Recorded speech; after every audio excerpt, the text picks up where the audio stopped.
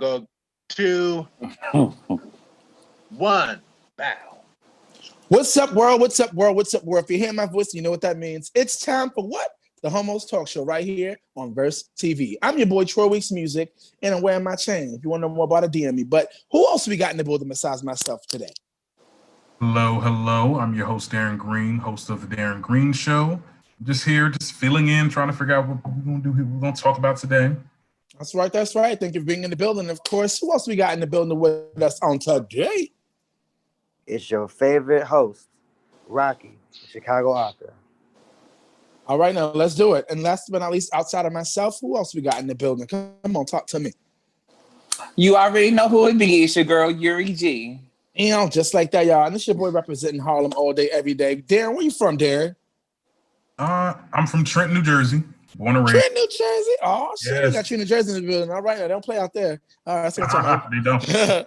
And of course, we got Rocky, the Chicago author from Chicago. Am I right? Chicago. Shout-out to Black. And of course, Miss Yuri G, where you from again?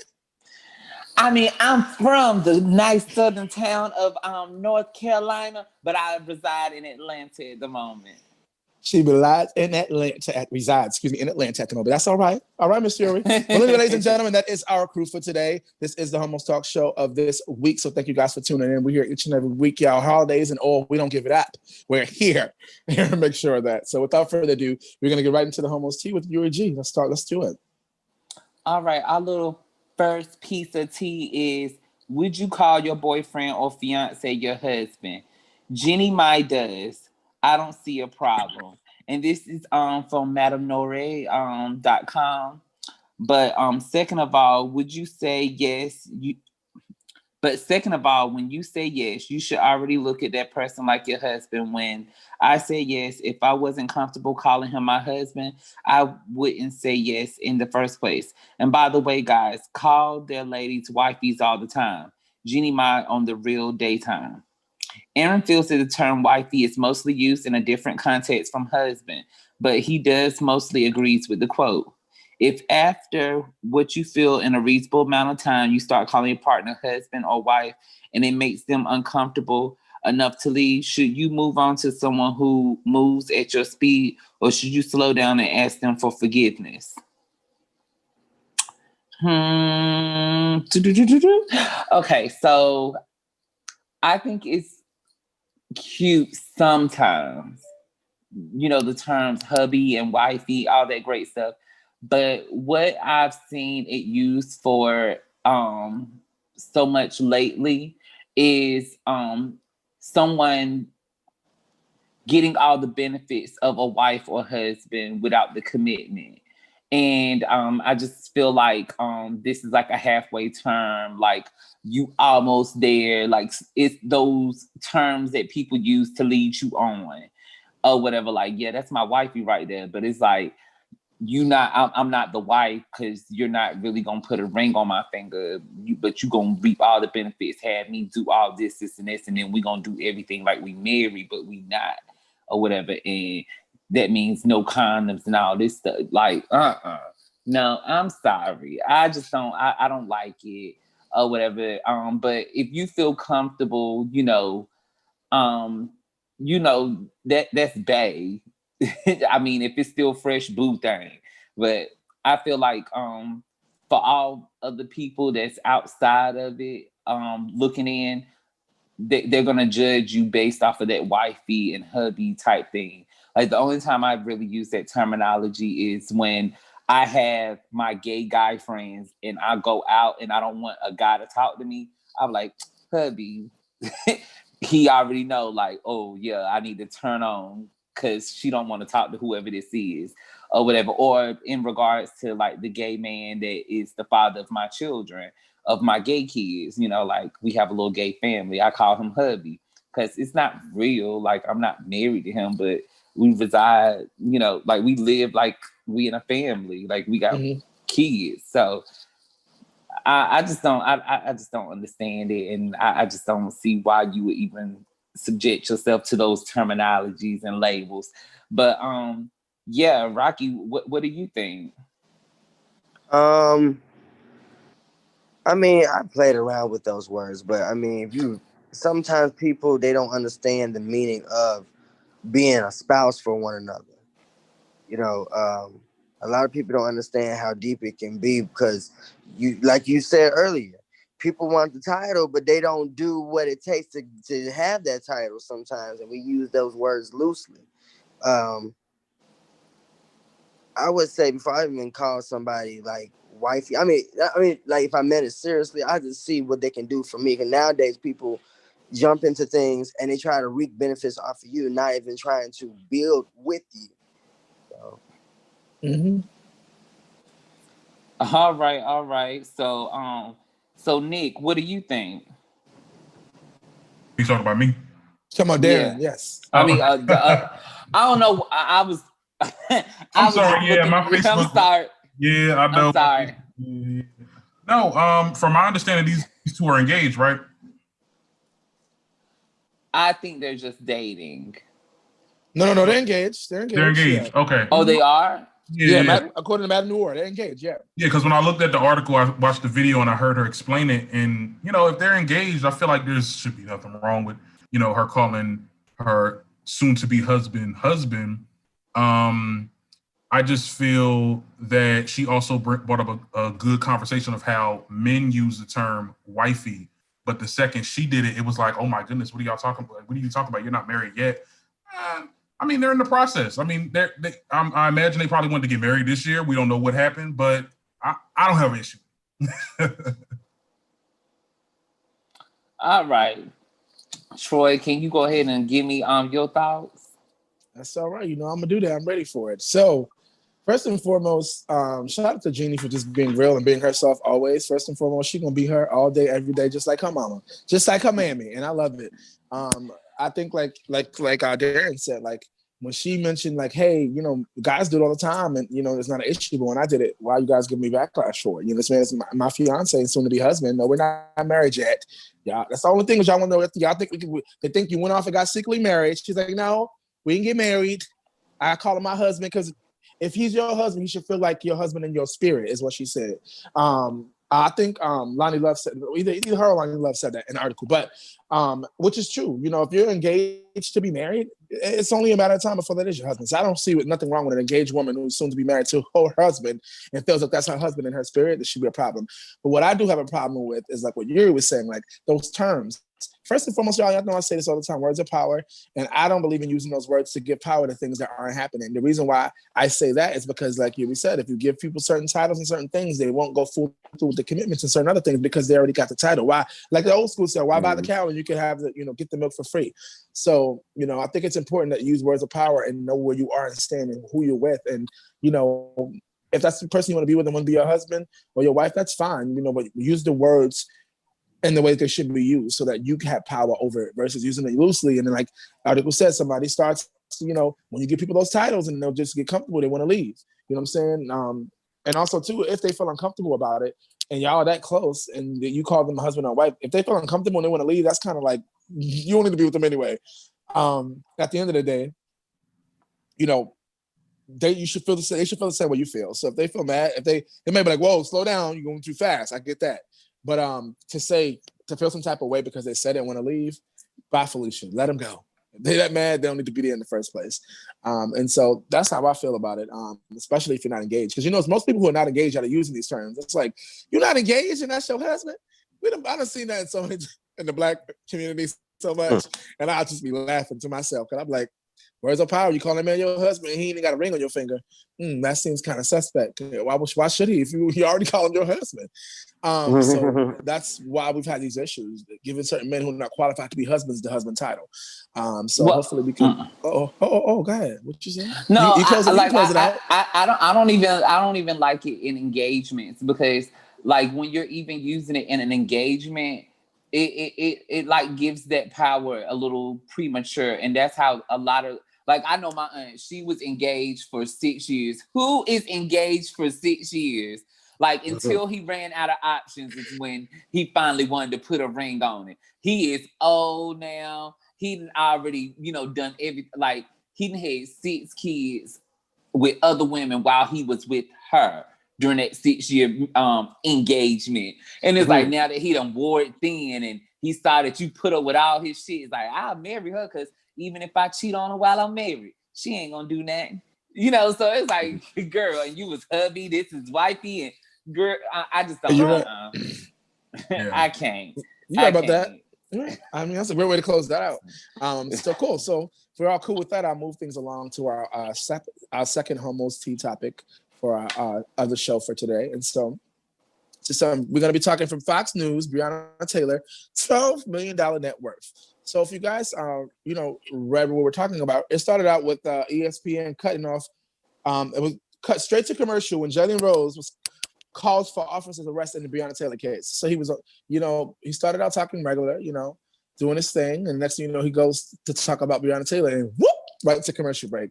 So that's kind of crazy. But the question of today is this. Breonna Taylor, $12 million net worth. Who is this cop that even the government is willing to pay $12 million to ensure that he gets nothing more than a behind the scenes slap on the wrist at best? Even Beyonce spoke up about this. So aside from the easy and obvious reason of racial supremacy, what might seem wise to spend this why might it seem wise, to spend this $12 million? Woo! What I was Aaron. Oh, No. If we can start with you. Mm-hmm. Go ahead, Darren. Talk about it. Why would they give this? Like, so you're asking why was the family? Why is it worth Why is it $12 million? Told. Why is it worth $1 million for this one cop? Like, why? They want to keep that. First of all, they want to keep that family silent. Second of all, I think it's because they don't. The way I looked at it, it was a way for them not for this to blow up like the George Floyd situation, because I would immediately equate the Breonna Taylor situation with George Floyd, and a lot of people are trying to compare it. And they're saying, "Oh no, this is nothing like this. It's nothing like this. It was a different situation. The boyfriend started it, and that's why shots were fired." It's a real sticky situation, however you feel in this case. But I guess they're trying to cover things up. And the first thing to do is, give the money to the family so the family wouldn't, go through with the case, if that makes any sense. Got it. No, it makes complete sense. I'm gonna touch on that in a minute because I was basically what I was gonna say. I'm gonna go with in the choir preach. No, there's nothing wrong with that. I definitely gonna tie it up in the end. The Amen preaching choir, Miss Yuri G. What's up with that? Tell me, why the $12 million? I feel like they had to. It's either put $12 million in this family's pocket because they're the generator to the movement. Like, she is the most spoken up name to the movement or whatever. Like, every other situation, they're like, oh, well, he shouldn't have been drunk, or this shouldn't have been. What was Breonna Taylor? She shouldn't have been doing what? So she is the biggest generator to the movement. And so to quiet that family would be able to slow down that movement, and they wouldn't have to worry about the destruction of cities if they get that movement slowed down. So it's like, okay, well, we can spend $12 million this one time, or we can spend over $80 million or whatever fixing multiple cities worldwide. So silence the family, slow down the movement, and let's just be more careful, and we won't have anything else to generate any power of this Black Lives Matter. So. All right, now I heard that. Rocky, talk to me. Yeah, why do you think it's worth $12 million? I think it's just hush money, so that way we can forget about it, and then this situation come up again. That's really what I believe is going on. Because what if another situation like that happened? What you gonna give that family? Something really just needs to stop. And I think it takes more than $12 million because you can't get her back. It really, and in this day, in this world, people cover up stuff. But I mean, at the end of the day, what goes in the dark comes to light eventually. You'll see what we all will see it. Absolutely. I agree. That's always the case. Trust me. Well, and go ahead, Yuri. Go ahead. On to Rockies. I feel like they often make mistakes, but not everybody else's record is as clean, and not everybody is as clear in the situation. Like, Mr. was drunk in his car, in a parking lot or whatever. Oh, well, he shouldn't have been drinking and driving. You know, everybody has a situation, and you know, if they can justify accidentally shooting somebody, oh, he looked like such and such, and what was he doing in that neighborhood? And we also found weed in his pocket. You know, so as long as they have anything to tarnish your reputation, then they can get by with it. But there wasn't anything to tarnish, you know, Breonna Taylor. You know, she was just an innocent girl, and she didn't have like no nasty record, and she was in the medical field. So it's like, especially with Corona going on, it's like she was somebody who was helpful, you know, into keeping down a lot of things in the community. So it's like, Breonna Taylor is like a 1 in a million type of situation, because with most Black individuals, they find something to tarnish them with the situations. Well, you know what? This was really good. This is really good. And you know, the powers that be made a note about it being restoration for us with these murders. That's how they're giving us reparations. That's what that is. That $12 million. It's sad that we have to be in a place in. I'm sorry. Go ahead. It's sad that we come to a place in our life where we're at a point where we have to deal with this. Where in social justice, we've reached a point after all that, you know, we've been through in life and the levels that we've come through, that this is where we are now in this time in life. This has happened over and over again in history in many ways, over and over again now with our lives and right in front of us. And it's like, you know, we've been doing riots back then when things like that happened. Now we're doing riots now. It's like, it's a continuation, but when does it physically stop? Like, it's wise to spend the $12 million. Of course, it's wise to spend the $12 million because of what you all said. If we don't do something, it's going to get bigger than what it needs to be. It already started. You seen what we could do with George Floyd. You want to go there? Let's go there. So, of course, they're going to try and hush up the movement itself by saying, hey, we're doing something, right?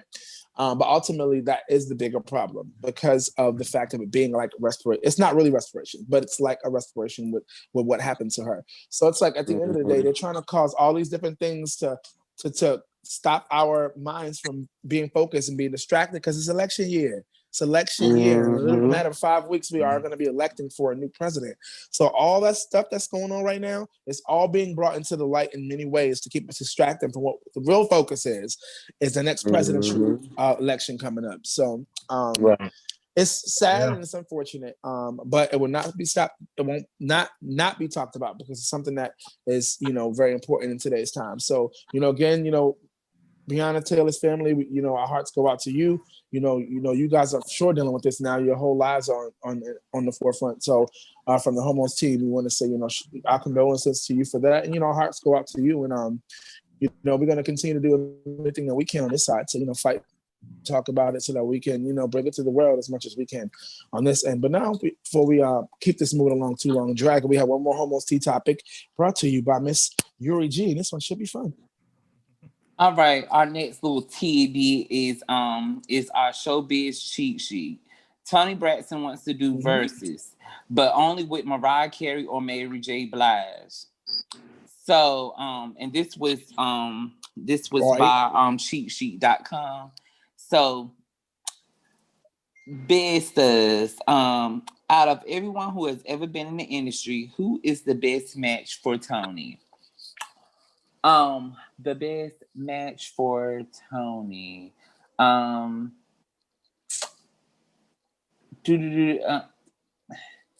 really don't see a good match, not a perfect match for Toni.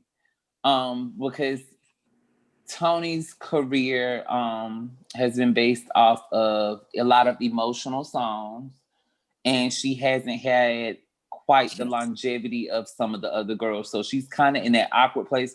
Like, she is an icon in her own right, but she hasn't had the longevity of some of the other artists that you could somewhat compare her to. Like, you can't really put her up against. Well, we'll get into that part. We'll just go ahead and go to you, Rocky. Who do you think? So, I don't see it for her. I love Toni. I don't see those matches. You talking about Mary J. Blige, who is a hollerer. With my girl Mariah, she does the whistle stuff. Toni has this very distinct, like Anita Baker, sort of real deep tone. I thought about Deborah Cox, but then she's a powerhouse. So, like, I mean, Toni, she has a very unique voice. I mean, unless you put her against her own sister Tamar. I can see that. Tony would not do that. No, there's no way. Tamar's history of does not compare to hers. He's not gonna do that. Mm-hmm. I'm just saying vocal. I was not even. I mean, accolades. I know that it would be impossible, but I'm just saying vocal. And she can't do it with Mary J either because Mary J career has thrived. Yeah. You know, and it's like so much bigger than hers. Well, but the only thing they have in common is they both have some deep emotional songs, and most of Mary J's songs were back when she was on them drugs, the ones that would compare to Toni Braxton, like well, like she can't No, I'm just saying I ain't get my turn yet, so I might as well say my. Go ahead, Sweetie. Go ahead, girl.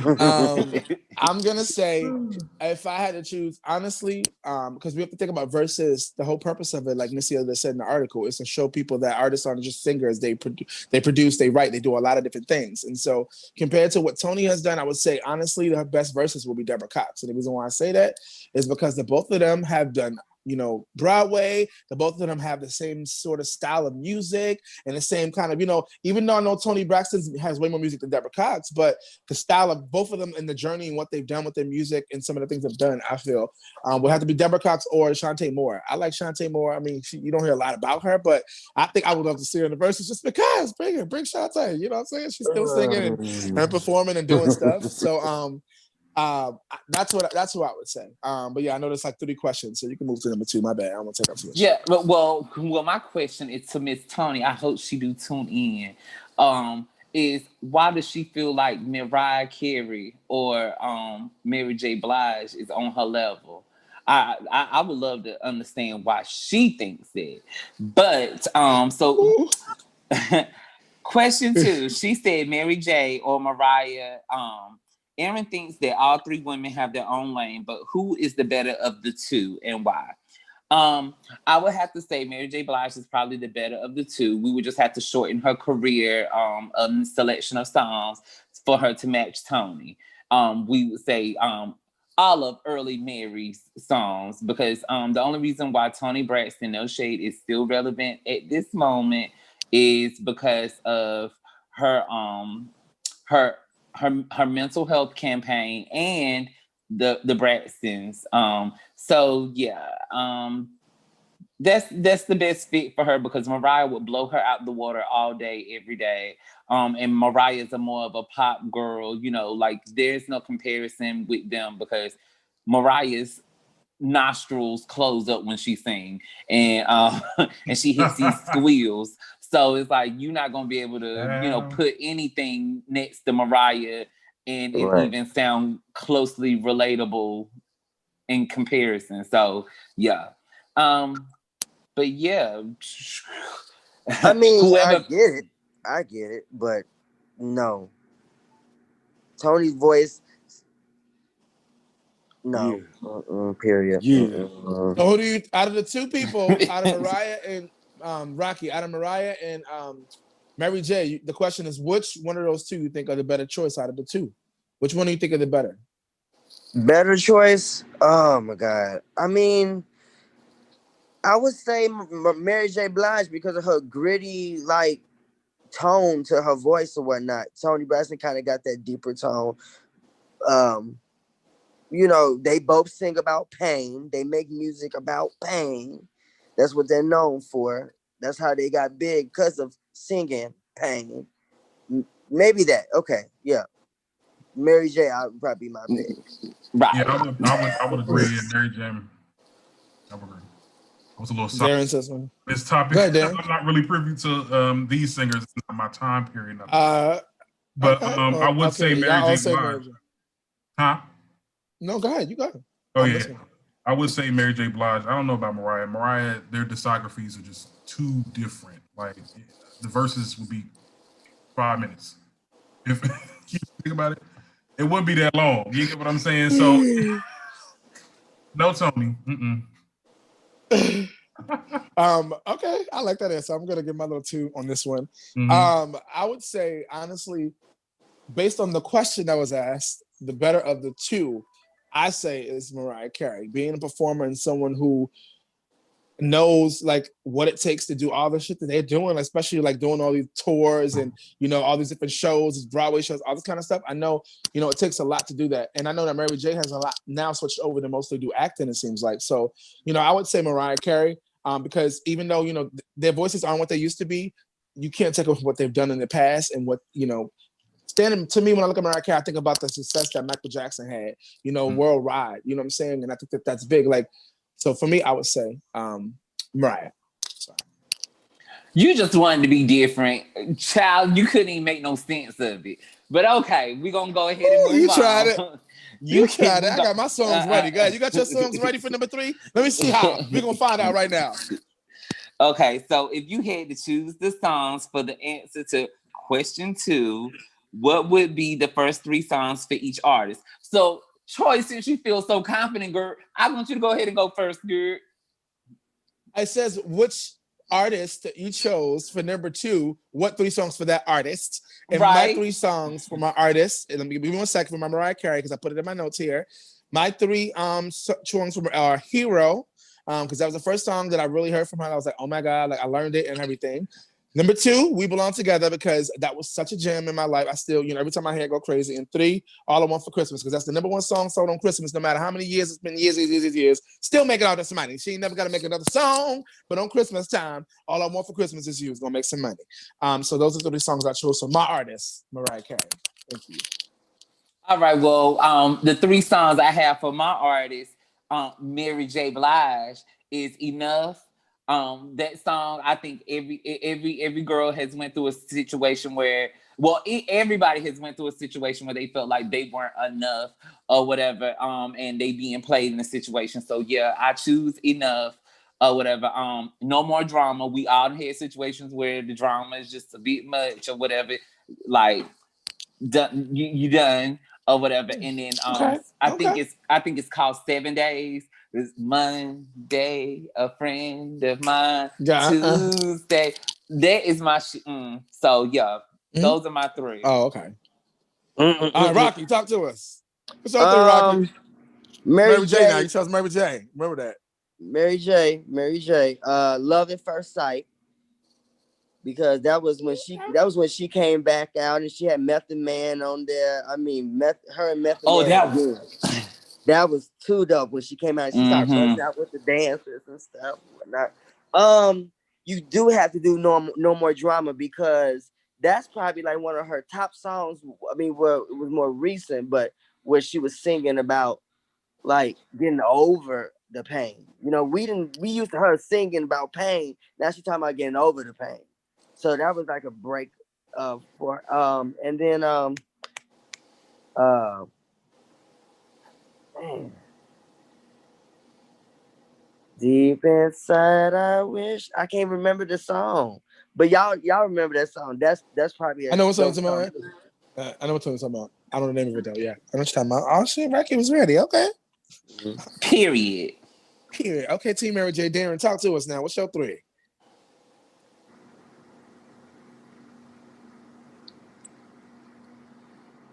Your microphone on mute. Get your microphone off mute, D. Come back to it. No, because I ain't want my background. No. Definitely Real Love.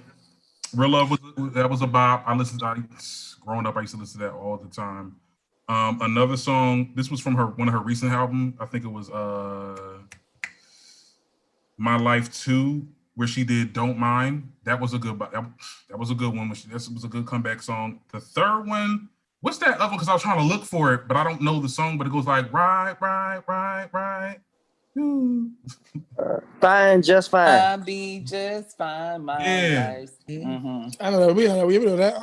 Oh, y'all was ready, Mary J. Team. Okay, Mary J. Oh, I got something for y'all. How about this? Since we out here trying to be cute, how about 2 Toni Braxton songs? Okay, so I'm gonna go with Unbreak My Heart, and I'm gonna go with Man Enough, because those 2 songs, anytime I hear it, that gives me Toni. Those is my 2.